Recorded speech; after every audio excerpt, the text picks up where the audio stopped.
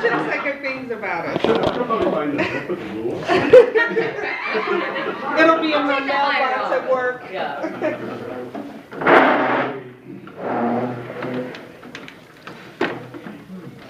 But while she's gearing up, I mean, we'll get this turned on in a second, but really, I mean, what we wanted to do, we talk to a lot of people via phone all the time, and we're pretty much in the trenches in the IT community, but we of course are not IT savvy ourselves, and we just wanted to get out and meet with some people who work with it every single day and are very involved with it, just get a better feel for, you know, what's going on in everybody else's lives.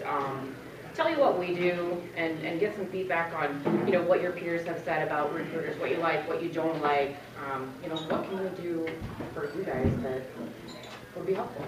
Yeah.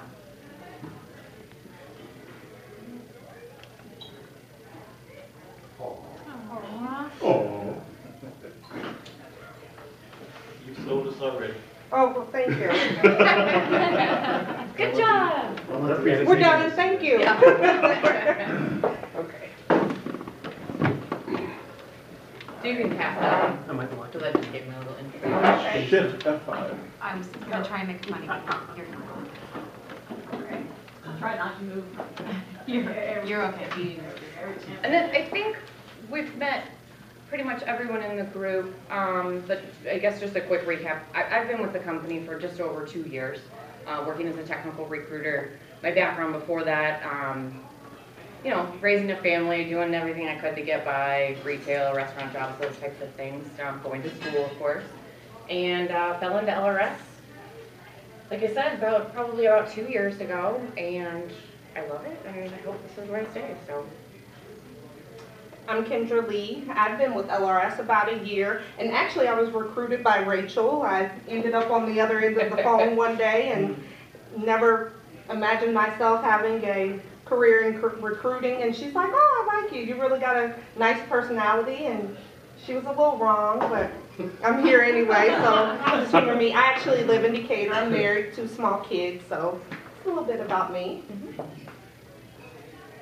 And anytime you guys want to interject, please feel free. So, I guess, I'll let you take the floor, I'm so sorry. Just a little bit of a background about LRS, or Levi Ranshop, as many of you may know it. LRS was actually founded in 1979. So Mr. Levi, Mr. Rand, Mr. Shoup, they all did their own consulting. They had their own consulting businesses. They decided to pull their resources together and form LRS. And so they initially started in the consulting business, but in 1981, they founded some software that they started to market. It did wireless printing, and so that little software has found itself to be used in 90% of Fortune 500 companies.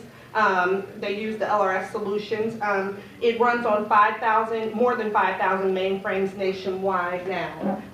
They've grown and diversified into 7 key divisions, and that's we've got consulting services, we've got education, EOM, web solutions, sports, pension gold, and IT solutions. And we have more than 550 IT professionals, $146 million in annual revenue, which is really good, and we're debt free. So we're always in the black, never in the red, and that's always really, really good. In today's economy. The consulting services division, headquartered here in Springfield, but we've got the other locations. The very newest location is actually in Nashville. We've got a small office based out of there. Cedar Rapids was open shortly before Nashville. Then we've also got St. Louis, there's Dallas, Kansas City, and Bloomington. I guess we've got an account executive that offices out of Bloomington as well, but he's pretty much involved in our office, so I guess I didn't really think about that one. But that's all consulting services very specifically.